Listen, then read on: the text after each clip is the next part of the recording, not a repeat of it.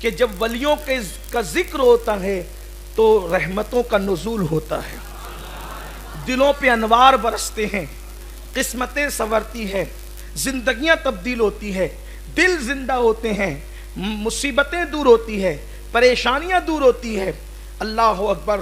حضرت مخدوم اشرف جہانگیر سمنانی اس بزرگ کا نام ہے کہ آپ کی ولادت سے 3 مہینہ پہلے سمنان کی سلطنت میں مجذوب لوگ گلیوں میں اعلان کرتے پھرتے تھے، خبردار ہوشیار، اشرف سمنا تشریف لانے والے۔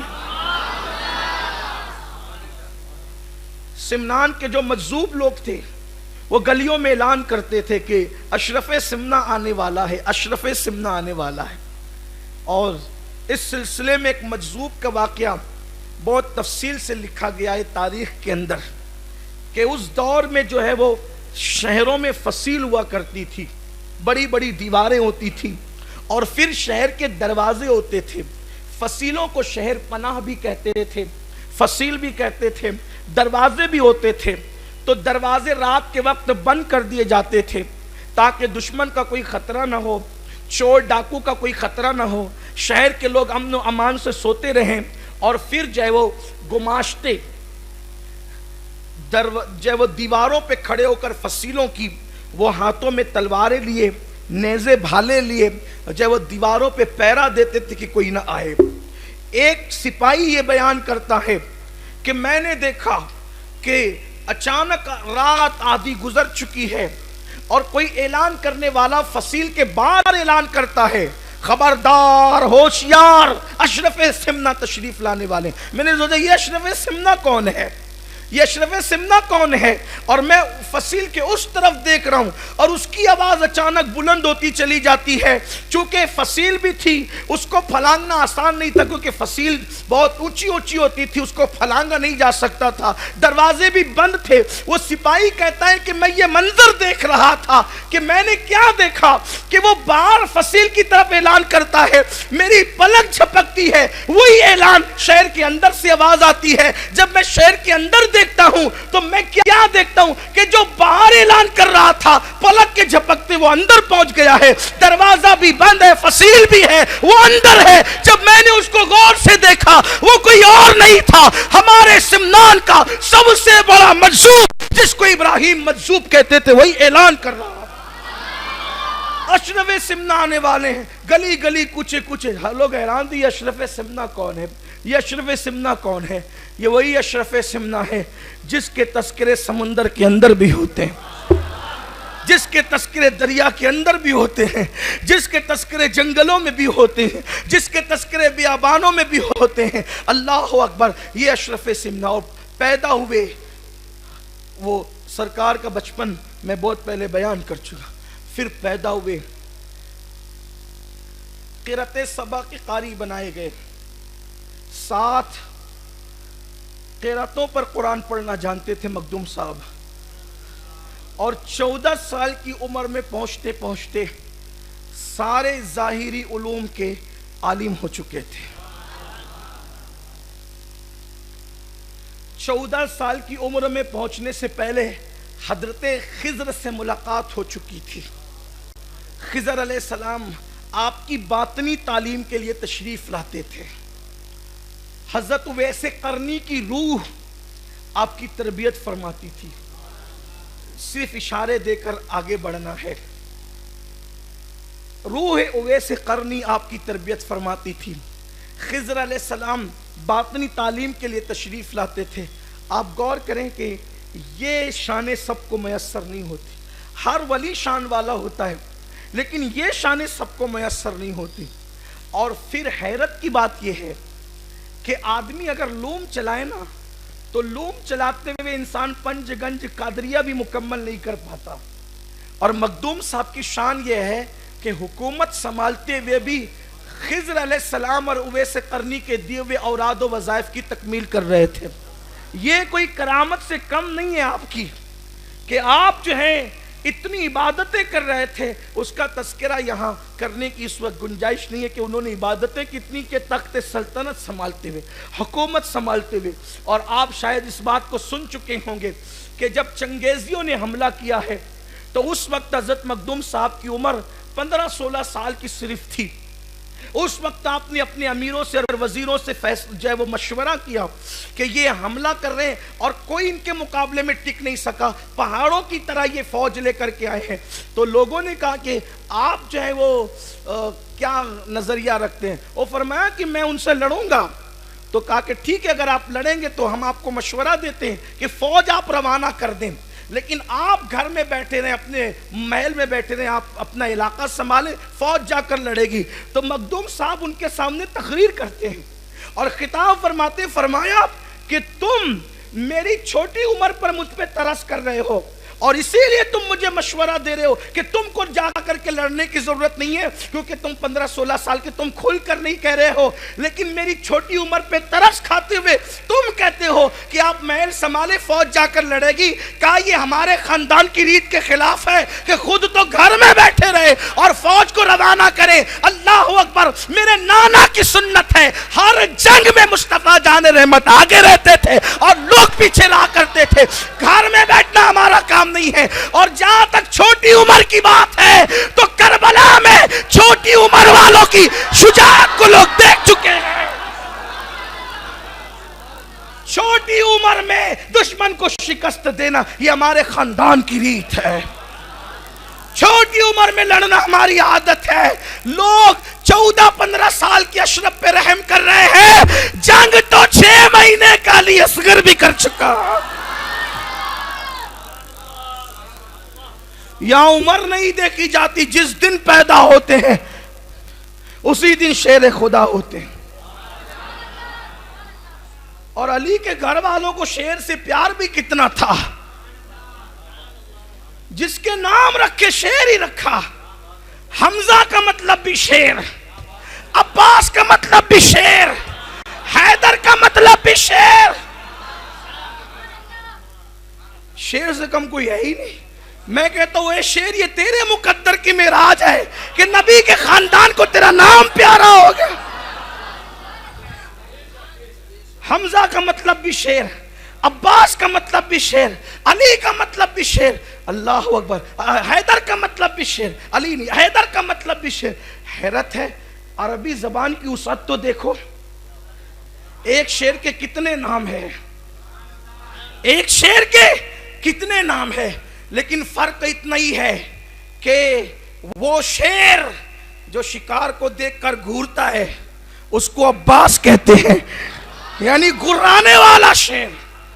وہ گراتا ہے دیکھ کر، اس کو عباس کہتے ہیں. اور جو جھپٹ کر پھاڑ دیتا ہے اس کو حیدر کہتے ہیں. اور وہ بھی حیدر کا نام حیدر نہیں، حیدر کرار رکھا ہے. ایک ہوتا ہے فرار، ایک ہوتا ہے کرار. فرار اور کرار میں فرق یہ ہے کہ فرار میدان چھوڑ کے بھاگ جاتا ہے اور کرار پلٹ پلٹ کر حملہ کرتا ہے.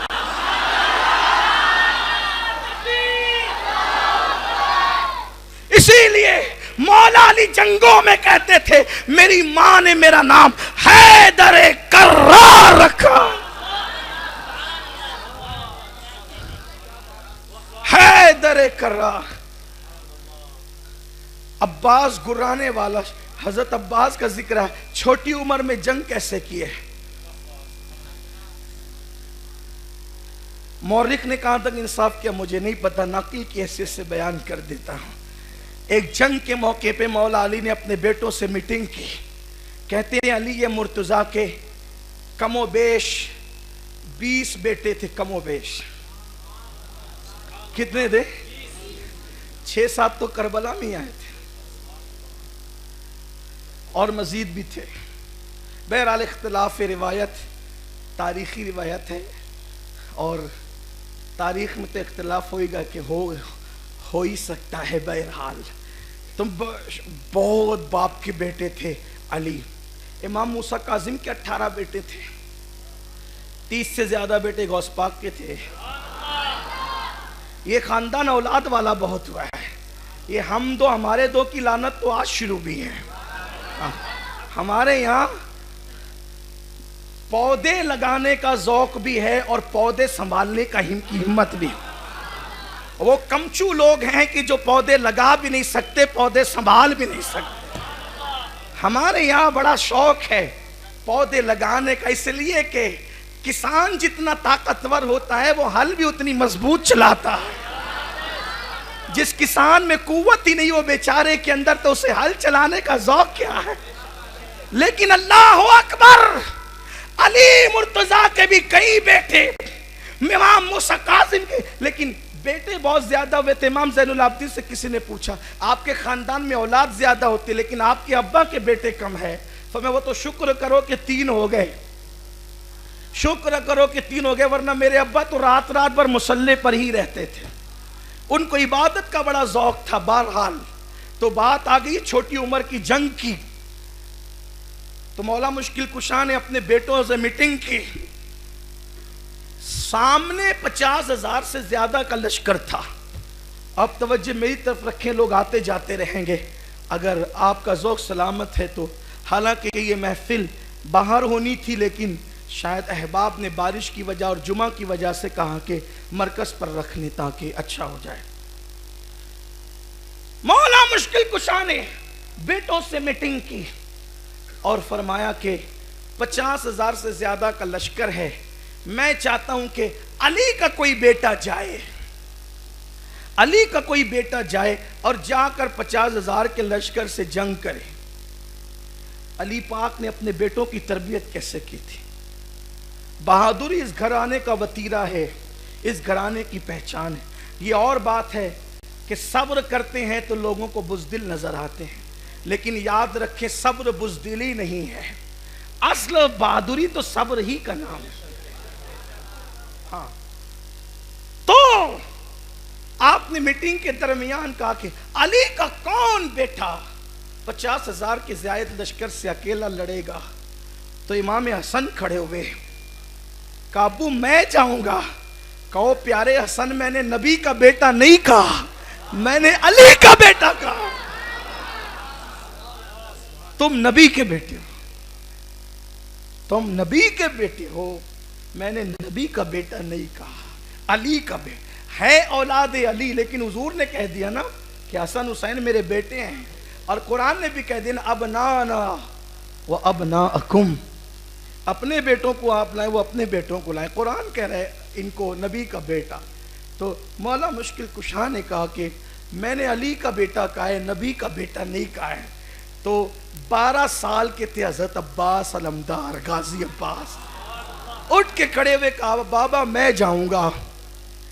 مولا مشکل کشا, ظاہر سی بات ہے کہ نام عباس رکھا تھا نا, غرانے والا شیر, غرانے والا شیر نام عباس رکھا تھا. تو مولا عباس نے کہا ابو میں جاؤں گا. تو مولا عباس نے کہا جانتے تھے اس لیے کہ علی کو اپنے خون پہ ناز تھا. خدا کی قسم علی جس گھوڑے پہ بیٹھ جائے وہ بھی بہادر ہو جاتا ہے. ہاں, علی جس گھوڑے پہ بیٹھ جائے وہ بھی بہادر ہو جاتا ہے. یار وہ تو علی کا خون تھا. کہا ابا میں جاؤں گا. کہا بیٹے تیری پہلی جنگ ہے, آج سے پہلے تو نے جنگ نہیں کی ہے, تو تو لڑے گا کیسے, تلوار کیسے چلائے گا. عباس نے کہا اللہ کی عزت کی قسم بابا تیری اولاد ہے, میری تلوار چلاؤں گا تو جعفر کی یاد نہ آ جائے تو پھر کہنا, تلوار چلاؤں گا پلٹ پلٹ کے حملہ کروں گا, خیبر کی یاد آپ کو نہ آ جائے تو پھر کہنا. ہو سکتا ہے آپ سوچے کہ عباس لڑ رہا ہے, یہ خیبر میں علی ہی لڑ رہا ہے, اس کا اندازہ لوگوں کو نہیں ہو سکے. کہا بابا یہ تو میری تلوار ہے, تیرے بیٹے کی تلوار ہے. خدا کی عزت کی قسم اللہ نے میری آنکھوں میں وہ تاثیر دی ہے, ان کو گھور لوں گا تو بھی ان کا قصہ تمام ہو جائے گا. میں نے ماہ محرم میں بھی یہ بات کہی تھی. لوگ کہتے ہیں گھورنے سے 50,000 کا لشکر کیسے ختم ہو سکتا ہے, تو ہم نے کہا بخاری بھی پڑھ لو پھر ذرا. اللہ جس کو اپنا ولی بناتا ہے اس کی آنکھوں کے بارے میں کہتا ہے میں اس کی آنکھ بن جاتا ہوں. جس کی آنکھ خدا بن جائے جیسا کہ اللہ کی شان ہے, پھر وہ کسی کو گھور لے تو نہیں مر جاتا انسان. تو بتاؤ جب ولی بنے کیسے, نوافل کی کثرت سے ولی بنے تو اس کی آنکھوں کی تاثیر یہ ہے جو علی کے گھر میں پیدا ہو کر علی کی گود میں پلے، اس عباس کی نگاہوں کی تاثیر کیا ہوگی؟ قمر بنو ہاشم باب الحوائج، قمر بنو ہاشم باب الحوائج مولا عباس۔ تو مخدوم صاحب نے کہا بچپنے میں لڑنا یہ ہمارے خاندان کی ریت ہے، مجھ پہ رحم مت کرو 15-16 سال کی عمر دیکھ کر، چلو میں خود چلوں گا۔ اور اس کے بعد جو لڑا ہے تاریخ گواہ ہے، چنگیزیوں سے کوئی جیت نہیں سکا سوائے اشرف نام کے بادشاہ کے، اور اسی اشرف کو اشرف سمنا جہانگیر سمنانی کہتے ہیں۔ یہ مخدوم صاحب ہے۔ مخدوم صاحب جب اپنے گھر سے نکلے، انہوں نے پوری زندگی سیاحت میں گزاری، سفر میں گزاری۔ سفر کرتے کرتے یہ روم پہنچے، روم بہت دن تک کے انہوں نے قیام کیا۔ جب روم میں قیام کیا تو وہاں اپنی خانقاہ بھی بنائی،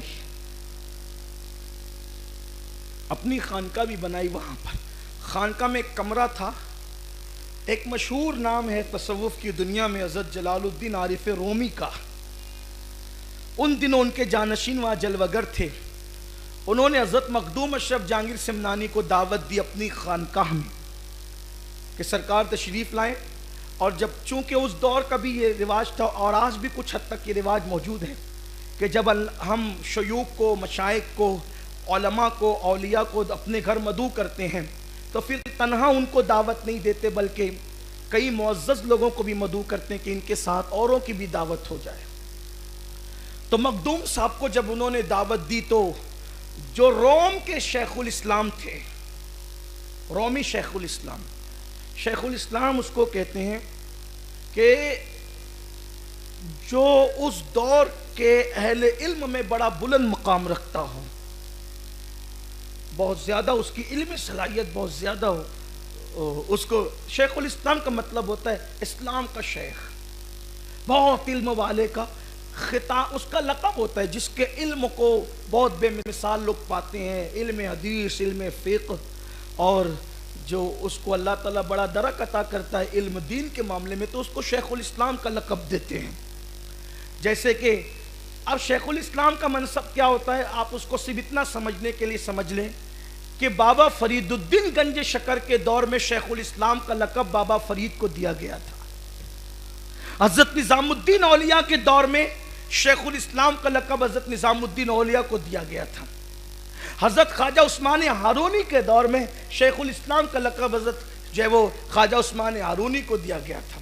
یعنی آپ سمجھ سکتے ہیں کتنا بڑا منصب ہے یہ شیخ الاسلام کا لقب اور منصب۔ تو روم کے جو شیخ الاسلام تھے، عارف رومی کے سجادہ نشین نے ان کو بھی مدعو کیا کہ ہم مخدوم اشرف جہانگیر سمنانی کو ہم نے مدعو کیا ہے اپنی خانقاہ میں، آپ بھی تشریف لائیں۔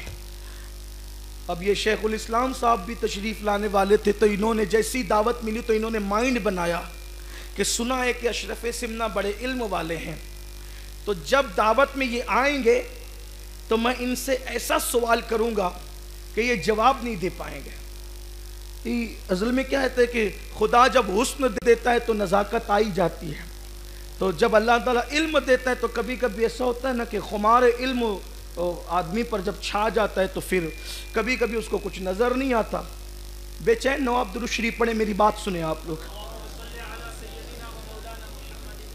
رب صلی وسلم دائما ابدا علی حبیبک خیر الخلق کل۔ میری طرف توجہ فرمائیں، میں بہت قیمتی بات کر رہا ہوں، اپنے آقا کا ذکر کر رہا ہوں۔ تو روم کے شیخ الاسلام نے سوچا کہ جب اشرف سمنا آئیں گے تو اس وقت جو ہے وہ ہم ان سے ایسا سوال کریں گے کہ وہ اس کا جواب نہ دے سکیں۔